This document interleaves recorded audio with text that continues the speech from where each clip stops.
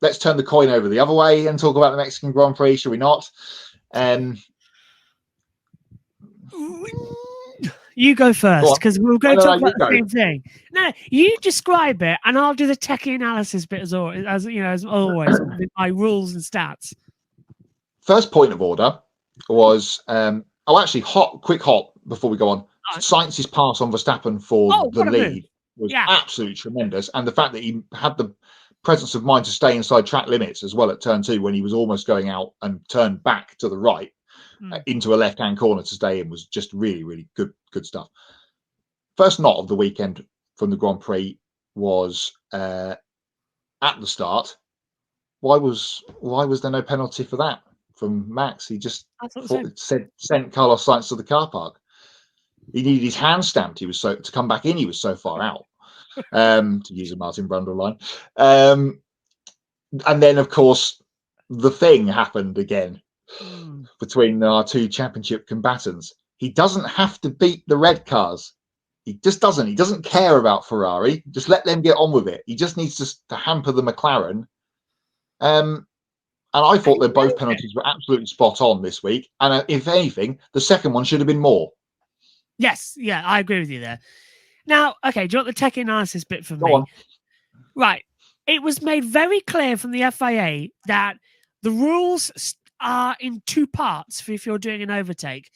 If you're overtaking on the outside, if you are deemed to be off the track at any point and go ahead, you are gaining a long-term advantage, and it doesn't matter because the car on the inside, if he has made the apex first, he's entitled apparently to run you off the road. He doesn't need to give you space effectively at the exit because he was ahead at the apex. He's dictating where the car can go. So that's why last time out in America, Lando got the penalty.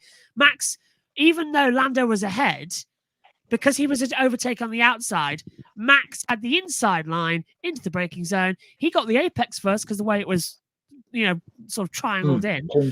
And he forced him off. So, but this weekend, it was two different parts. The first part, Lando did go back round the outside into turn 4, but Max was deemed the overtaker because he was having to go at Sainz, who had sort of stopped mid-corner. So he did, because he was deemed to be having an overtake on Sainz, because he went to the inside. He forced Norris off the track. So that's why he got the penalty then. And he didn't get it back in Austin, was because the stewards deemed that he'd gone for the move on Sainz, who had stopped mid-corner, and he had to avoid. So that's why there was nothing there. But with Lando cutting the corner, it was deemed that he was forced off the track in force majeure by Verstappen, blocking him, giving no room, when he should have. Now, we rotate that because by the time we get to turn 8, it's changed because Lando is now the car ahead. So the rules state if you're overtaking on the inside line into a corner, you must give the other driver room and you can't force him off the circuit. And of course, Max did force him off the circuit. So it was a bit of a rage moment, but Max knows the rules. So in my opinion, if we're staying consistent, the first one at turn 4 shouldn't have been a penalty, but the one at turn 8 should have been a penalty. But that's not my personal opinion. My personal opinion is that America should have been a Max penalty, and these two correctly were a Max penalty. And the difference is the driver steward.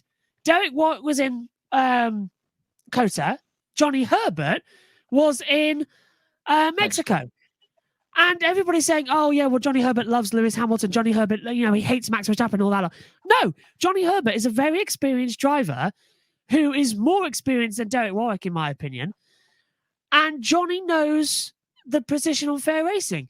Johnny has driven the modern cars because he did so in Sky F1. So he understands what they're capable of. Derek Warwick hasn't driven a car from the modern era. So it's equivalent of Johnny is more experienced in that regard. So he's reading the rules and applying them as it should be.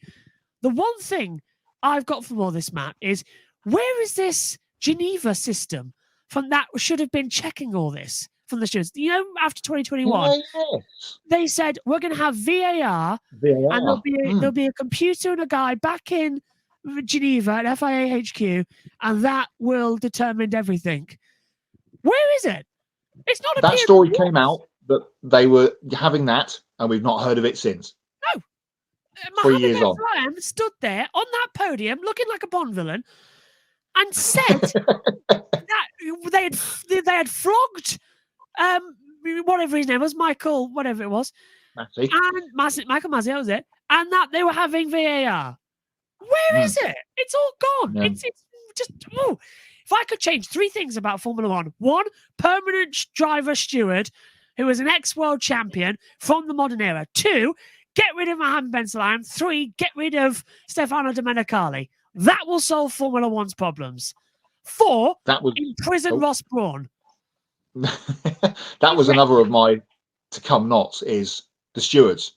Yeah. We need to have a permanent stewarding team of 3 people, maybe 4, the same people at every race, because you can't be consistent when the person that was here last week is now watching at home, because there's a different thought process in people's minds of the incident that they're looking at. And then when drivers come to appeal and the teams appeal it, they have to get the guys from last week in on video call. There's no face-to-face conversation. Yeah. It's really annoying. And MotoGP have got a permanent steward. He's an idiot, but they've got a permanent steward. We've only got him for 1, maybe 2 more weekends. Yes, indeed.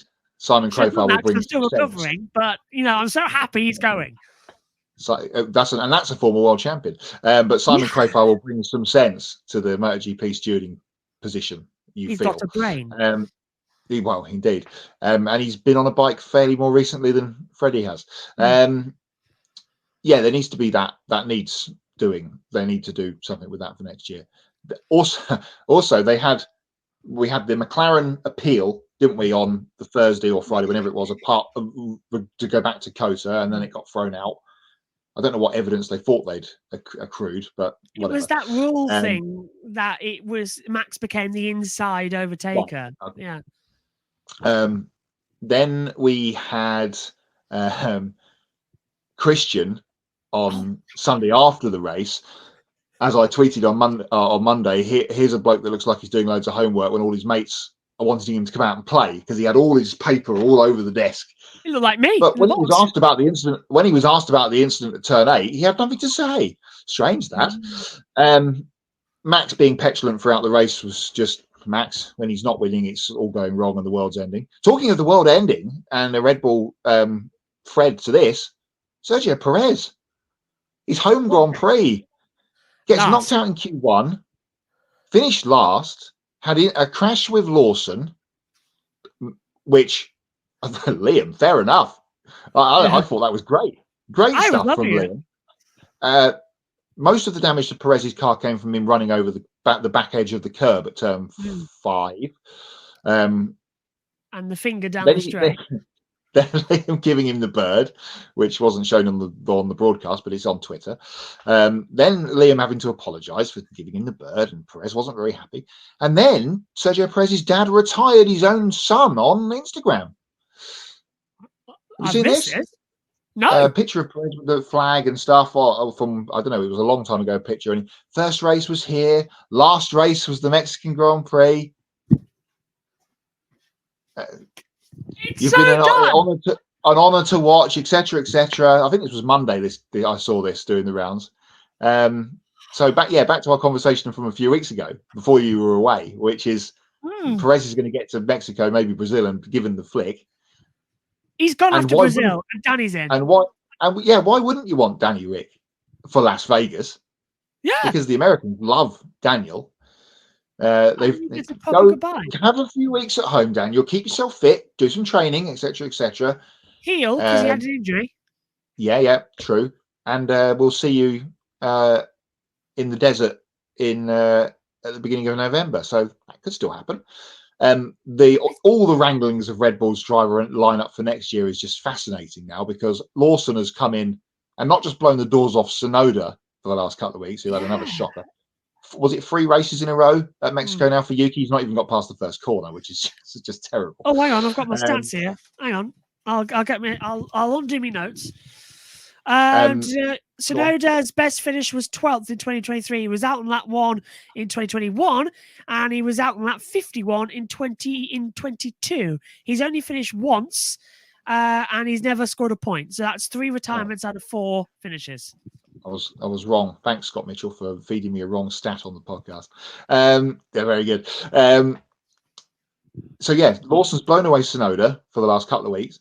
And they announced that Tsunoda's getting a run in the Red Bull at Abu Dhabi at the test. Now that probably going, well, just give him a run, just so that we say that we've done it. It's going to be Max and Liam, you feel. That if it isn't that, it should be next year. And then Yuki and perhaps Hajar, which is what I brought up when we talked about this last time in the summer. But then you've got this now talk of Colapinto coming to Red Bull, which is gathering momentum as well. I don't think that's right, because Williams are going to want to keep him. But then again... That's what James Vale said on the F1 podcast a few weeks ago when he was talked to by Tom Clarkson. They said, you've got your lineup sorted for next year, but now you've got this problem. And he was like, yeah, we want to keep him in the family, even if he goes somewhere else and can we come back again. That would be ideal, but he needs to be on the grid kind of thing. Well, there's nowhere for him to go unless he does end up at RB. There's another option here, is the fact that Alexander Albon is still a Red Bull driver that's on loan to Williams. So if Williams then load out a driver to Red Bull, why wouldn't they just take their own drivers back? I'd much rather see. Yeah, I'd much rather see. I'd much rather see that, and then an Albon, Yuki Lawson, whatever lineup at RB. I'd rather see that. And then I think Albon, if anything, Albon deserves a shot at Red Bull again, because he got thrown in completely at the deep end. So yeah, I'd like to see that. To be fair,